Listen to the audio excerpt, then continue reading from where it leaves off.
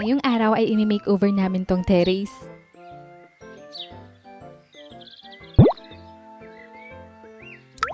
Napaganda na naman namin tong harap ng bahay at maraming salamat sa lahat ng suggestions ninyo. Ilang araw ko nga pinag-isipan kung anong gagawin dito pero napagdesisyonan namin na itry muna namin palitan itong Bermuda grass ng artificial grass. Kaya eto at bumili kami agad sa City Hardware. In fairness, magandang quality itong artificial grass nila dahil makapal-kapal siya. At kinabukasan ay tinrabaho namin agad. Nagwalis-walis muna ako dito tsaka tinabi namin yung mga bagay na di na kailangan. Nakakalungkot kasi pati itong matagal naming cactus dito sa harap ay nasisira din. Kaya ilalabas muna namin siya habang ginagamot. Pero sabi ni Argel, papalitan na lang namin ng panibagong halaman dyan. Sobrang nag-iingat din kasi kami dyan sa tusok niya. Lalo't madalas kaming tumambay dito. Limitado yung galaw namin. Bale, eto na lang muna yung mga maiiwan dito. Ayan at inumpisan na namin bunutin yung mga Bermuda grass. 8 pa lang yan mare pero ramdam mo na yung init. Buti na lang meron kami nitong payong. Kahit papano ay nakakabawas ng init. Nakakapanghinayang nga itong Bermuda grass. Ang ganda nito nung una. Ganito yung itsura niya dati. Pero mahirap pa lang siyang i-maintain. Kalahati lang muna yung tatanggalin namin dito kasi kulang yung nabili naming artificial grass. For sure, dito lang yung sakop niya. Ito lang palang sagot sa malumot na sahig mga mare. Maglalagay nga din kami para pumuti ulit tong semento. Binuhusan muna namin ng tubig tsaka nilinisan ng konti at tsaka nilagyan namin ng Zonrox. Bababad muna natin yan ng ilang minuto at habang naghihintay, tara kain muna tayo nitong mangga.